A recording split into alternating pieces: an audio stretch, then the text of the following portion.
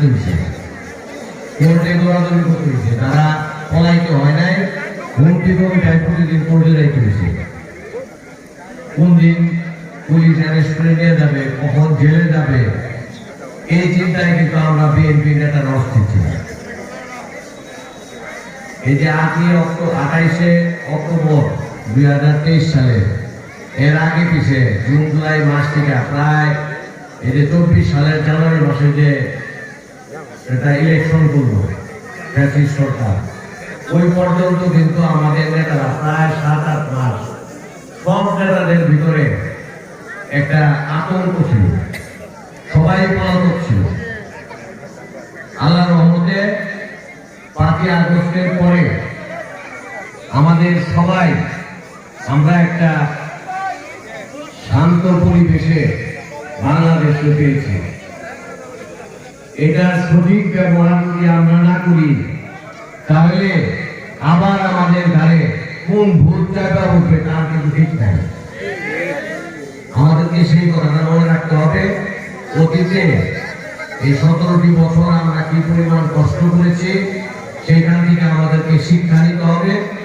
সেই শিক্ষার আলোকে আগামী যে সংসদ নির্বাচন হবে, সেই নির্বাচনে সঠিক সিদ্ধান্ত নেওয়া বিএনপিকে ক্ষমতায় আনতে হবে, এবং বিএনপিকে ক্ষমতায় আনতে পারলে এই দেশে শান্তি আসে। আমরা দেখেছি অতীতে, আপনারা দেখেছেন আমাদের প্রাণপ্রিয় নেত্রী বেগম খালেদা জিয়া 3 বারে দেশের প্রধানমন্ত্রী ছিলেন। উনি যতদিন প্রধানমন্ত্রী ছিলেন ততদিনই দেশে শান্তি ছিল।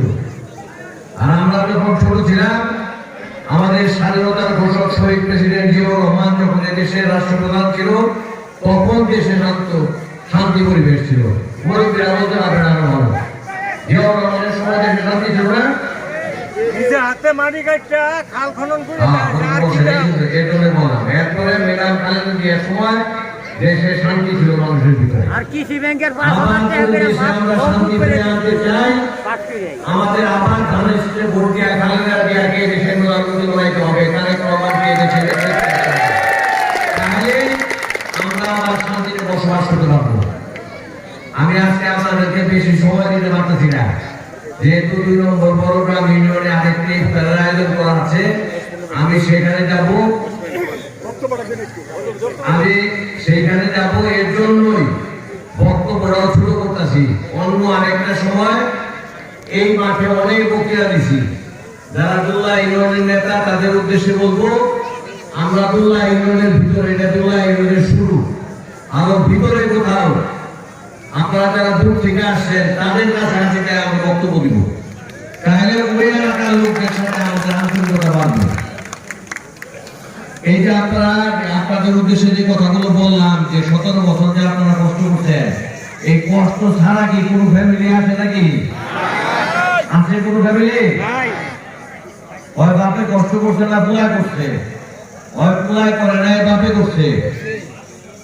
বাপ পোলা দুজনেই করছে না, বউ কষ্ট করছে। আপনারা এরকম সব জায়গায় এটার মনে রাখেন, কিন্তু আপনারা এটাই কিন্তু আমাদের সম্ভব। এইটাকে মাথায় রেখে আমাদের আগামী রাজনীতিটা করতে হবে, এটাতে আপনারা ভুল করেন না। আরেকটা জিনিস, এই যে আমরা এখন বিভিন্ন জায়গায়, এই যে আপনার গত বছর এই যে সময়টা যাচ্ছে, গত যে শীতটা গেল, এই শীতের মধ্যে আপনাদের সমস্ত ওয়ার্ডে ইসলামী সম্মেলন হয়েছে না? এটা কি এই 17 বছর করুন গেছে? সব জায়গায় বাধা ছিল। এই যে স্কুল, কলেজ, মসজিদের কমিটি, এগুলো নিয়েও কিন্তু তারা প্রবলেম করছে। খেয়াল আছে না? ভুলে গেছে কে? এইখানে ভুলে গেলে কিন্তু আর ভালো রাখতে পারবেন না। এগুলো মনে রাখতে আমাদের চলতে হবে। আমরা তাদের বিরুদ্ধে প্রতিহিংসার রাজনীতি করতে চাই না, তাদের বিরুদ্ধে অ্যাকশন নিতে চাই না, কিন্তু এটা যদি ভুলে যায় তারা কিন্তু আন্দোলনে মিলে আন্দোলন ক্ষতি করবে, এটা আমাকে মনে রাখতে হবে। এই সুযোগটা দিয়ে না। এই যে মানুষ বলে একটা কথা, এই যে ফ্যাসিস্ট যারা আছে তাদের কথা বলে, যদি একটা আওয়ামী লীগ দেন আর একটা সাপ দেন, আগে আওয়ামী লীগকে বাড়ি দেবেন, পরে সাপ। এটা মাথার মধ্যে নাই, রাজনীতিটা করে রাখে না। অনেক কথা বললে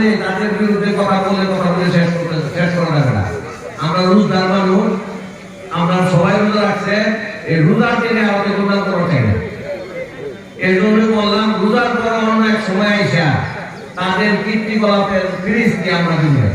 আর আপনারাও জানেন, বিশেষ করে আপনারা যারা দোল্লাবাসী আছেন তারা সকলেই জানেন আপনারা কিভাবে কিভাবে নির্যাতিত, বিএনপির উপরে তারা কি কি নির্যাতন করেছে।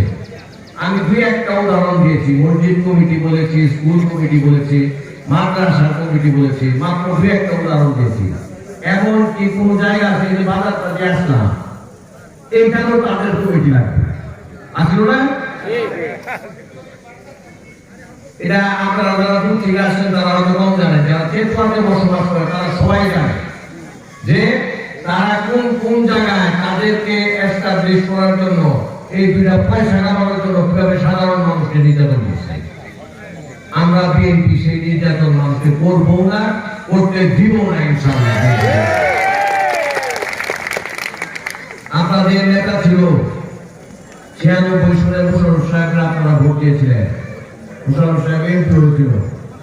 এই আপনাদের দুলাই ইউনিয়নের রাস্তাঘাট কিন্তু তখন ছিল না, মুরব্বী ছিল, আপনাদের এই বৃষ্টিগুলি ছিল পানি দেওয়া, এগুলি সব সরকার করে দিয়েছে না। আবার 2001 সালে আবার আপনারাই ভোট দিয়ে ওনারা বানিয়েছেন, তখনই মন্ত্রী হয়েছিল এমপি পরে, তখন আরো বেশি কাজ করেছে আপনাদের দুলাই ইউনিয়নে। এই আওয়ামী লীগ সরকার আপনাদের এলাকায় কি কাজ করছে এই 17 বছরে দেখাইতে পারবো যে একটা কাজ? আমরা যে রাস্তা দিয়ে যাই, যে জায়গায় যাইতে চাই রাস্তা ভাঙা। এই যে ময়মনসিং থেকে হেঁটে আসলাম 1.5 ঘন্টা লাগবে এই রাস্তা ভাঙা চূড়া রাস্তা জামের জন্য। তা নাহলে আরো তো কমপক্ষে অনেক আধা সময় লাগার কথা, 45 মিনিটে পৌঁছানোর কথা, 1.5 ঘন্টায় পৌঁছায় না। এইগুলি জিনিস যদি আমরা হিসাব করি, আপনারা যদি বিবেচনা করেন যে আপনাদের দুল্লা ইউনিয়ন কিন্তু এখন মুক্তাগাছার ভিতরে সর্বোচ্চ সবজি চাষের এলাকা, নাকি? সবজি চাষের এলাকাতে রাস্তাঘাট ভালো হওয়াতে আপনাদের সবজির দাম ভালো পান না। এইগুলি বিএনপি সরকারের নাম বলে মুশাররফ সাহেব এটা করে দিয়ে গেছিল, যে খায় আপনারা আপনাদের এলাকার উন্নয়ন হয়েছে বলে কিন্তু আপনারা সব কিছু দাম বেশি পাবেন। রাস্তাঘাট যদি না থাকতো তাহলে ফসল বানায় বয়ে থাকতেন, পেশা হইত। এই কথাগুলি মনে রেখে আগামী বিএনপি সরকার আসলে আমরা তো এখনো জানি না আপনাদের দুল্লাই কি কি উন্নয়ন দরকার, আপনারা দুল্লাবাসী জানেন, এই দুল্লার বড় বড় নেতারা জানে, তাই না? তাদের সাথে নিয়ে কিন্তু আমরা দুল্লার আর কি কি ভালো কাজ করা যাবে সেগুলি বিবেচনায় নিয়ে এসে কাজ করব।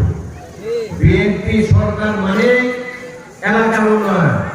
আজকে আমরা দুল্লায় আছি, আমরা আজকে শুধু দুল্লার কথা বলবো, দুল্লার উন্নয়ন কিভাবে হবে সেইটা বিএনপি ক্ষমতায় আসলে তার সর্বোচ্চ কাজ করবে ইনশাআল্লাহ।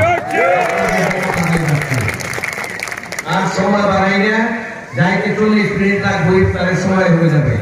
আপনাদের সকলকে এই রমজানের শুভেচ্ছা জানিয়ে